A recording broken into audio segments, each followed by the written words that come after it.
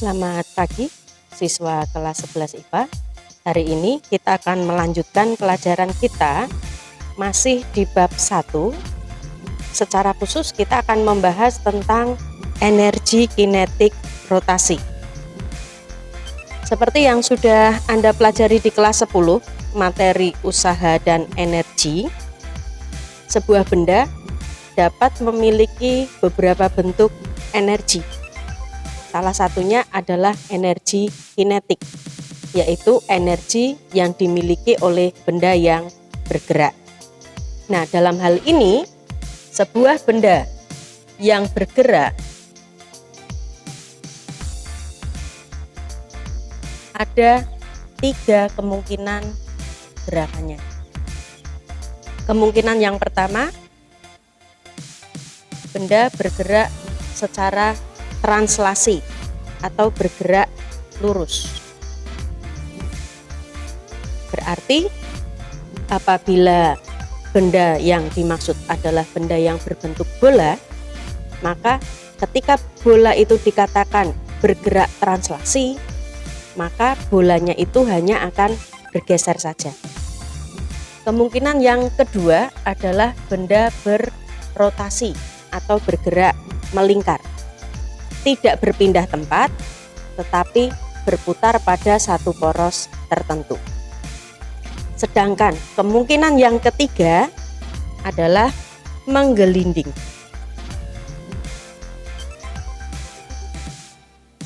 Pada gerak yang ketiga ini berarti apabila tadi yang dipakai contoh adalah bola, maka bola berpindah tempat sekaligus berrotasi. Itulah yang namanya menggelinding.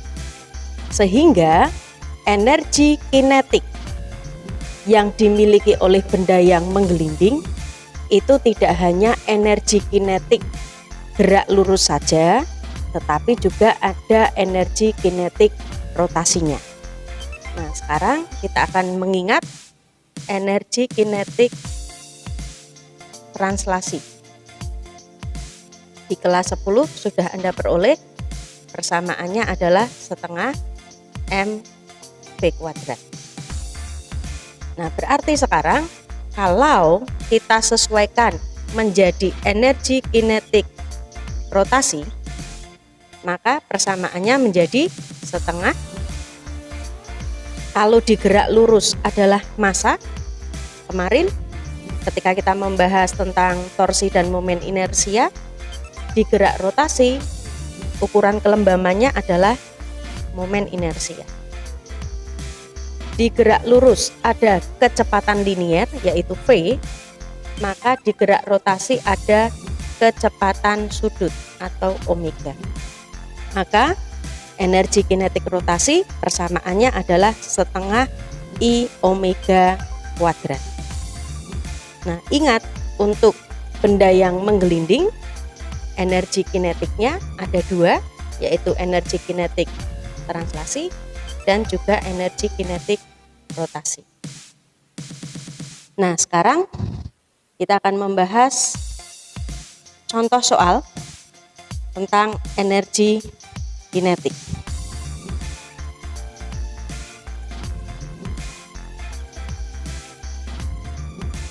Seperti ini. Sebuah silinder pejal bermassa 4,5 kg, jari-jari 50 cm, menggelinding pada lantai mendatar dengan kecepatan 4 meter per sekon.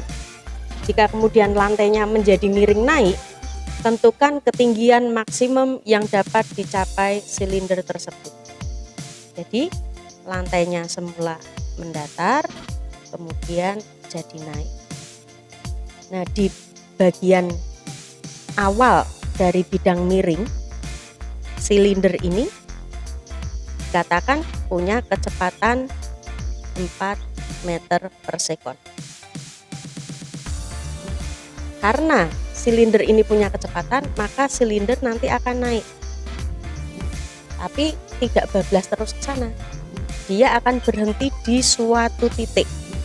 Inilah yang disebut dengan titik dengan ketinggian maksimum yang ditanyakan.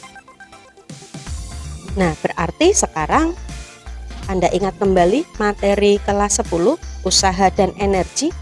Di sini ada 2 titik, yaitu ini adalah titik A dan yang di sini adalah titik B. Ingat, energi mekanik di titik A harus sama dengan energi mekanik di titik B. Pada titik A, silinder berada pada lantai mendatar, tidak pada ketinggian tertentu. Berarti energi potensial di titik A itu sama dengan 0. Sedangkan di titik B, silinder sudah mencapai ketinggian maksimum. Artinya apa? Silinder ini sudah tidak bisa bergerak naik lagi. Sudah mentok ya, pol sampai di titik B saja. Artinya di titik B ini sudah tidak punya kecepatan. Kalau tidak punya kecepatan, berarti bagaimana energi kinetiknya? Sama dengan 0. Maka persamaannya menjadi di titik A EP-nya sama dengan 0. Ya, kalau kita tulis lengkap, EPA plus EKA sama dengan EPB plus EKB. EPA-nya 0, energi kinetiknya, ingat di sini menggelinding. Berarti energi kinetiknya ada 2, ya, EK rotasi dan EK translasi. Sedangkan di titik B punya energi potensial karena berada di ketinggian tertentu, sedangkan energi kinetiknya akan sama dengan 0. Nah, sekarang kita perhatikan untuk energi kinetik rotasi, I harus kita hitung dulu. Silinder pejal. Bagaimana rumus momen inersianya? Dalam hal ini I sama dengan setengah mr kuadrat.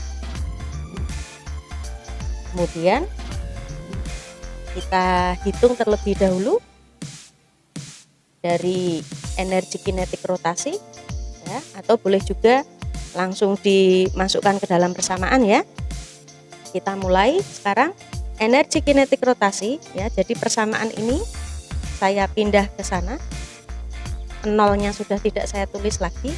Saya langsung menyatakan energi kinetik rotasi setengah I omega kuadrat ditambah energi kinetik translasinya setengah mv kuadrat sama dengan EP adalah mgh. Setengah nilai I kita masukkan yaitu setengah mr kuadrat. Bagaimana dengan omega? Lihat catatan kemarin, P sama dengan omega kali R. Berarti omega sama dengan P per R. Maka di sini omega kuadrat kita ganti P kuadrat per R kuadrat plus setengah M P kuadrat sama dengan MGH. Nah, sekarang kita akan coret-coret terlebih dahulu. Perhatikan yang bagian dalam sini ya. Setengah dikali setengah M R kuadrat dikali V kuadrat per R kuadrat. Maka R kuadratnya bisa kita cari. Kemudian secara keseluruhan di sini ada 3 komponen. Komponen 1, komponen 2, dan komponen 3. Di sini tandanya plus. Berarti kalau kita mau mencoret simbol di sebelah kanan sama dengan dan di sebelah kiri sama dengan, yang sebelah kiri harus ada 2 bagian yang dicoret karena ini tandanya plus. Yang kita coret adalah M.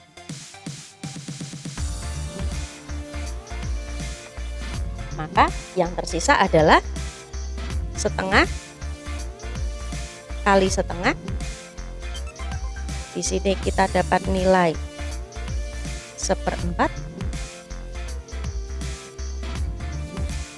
V kuadrat ditambah setengah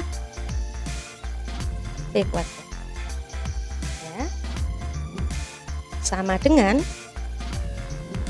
G kali H.